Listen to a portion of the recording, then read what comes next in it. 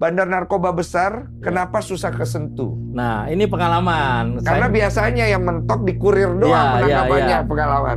Saya pernah direktur narkoba Polda Riau, Pak. Iya, betul. Polda Riau itu, wilayah Riau itu adalah pintu masuknya narkoba. Jadi Sumatera Utara, Aceh, Riau itu pintu masuknya. Iya, pintu tuh. Sudah ratusan kilo, mungkin ton saya bisa waktu itu menangkap narkoba, Bang. Iya, prestasi besar itu banyak di sana. Kalau di sana nggak prestasi, biasa aja. Oh gitu. Jadi kalau saya di sana nggak pernah nangkap paket-paketan, butir-butir nggak ada, Bang. Jarang di situ. Kiloan, Bang. Kiloan, ribuan butir, puluhan ribu, ratusan ribu ekstasi saya tangkap itu, Bang. Itu dikonsumsi buat diedarkan pintu masuk, Bang. Seluruh Indonesia. Bawa ke Jakarta, ke seluruh Indonesia, kemana-mana. Oh, mentok di kota tuh biasa, Pak. Iya. Nah. K7.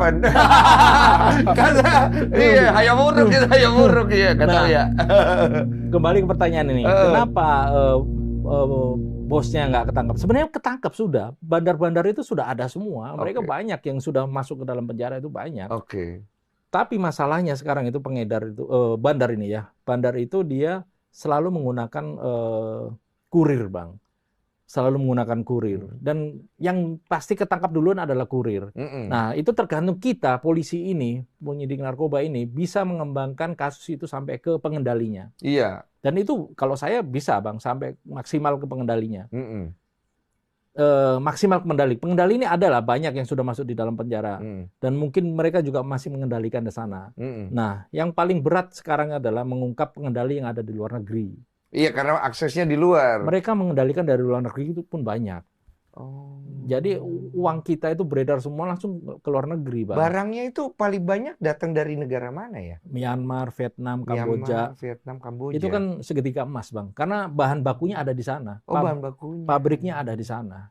Oke. Nah, selama itulah di sana masih beroperasi. Selama itulah narkoba nggak akan bisa berhenti. Karena pabriknya ada di sana, bahan bakunya ada di sana, Bang. Iya, karena narkoba itu juga salah satu zat yang sekarang ini banyak sekali menghancurkan generasi muda Gen Z. Terus ada informasi tambahan, kemarin saya barusan ngobrol dengan Kombes Zulkarnain Harahap.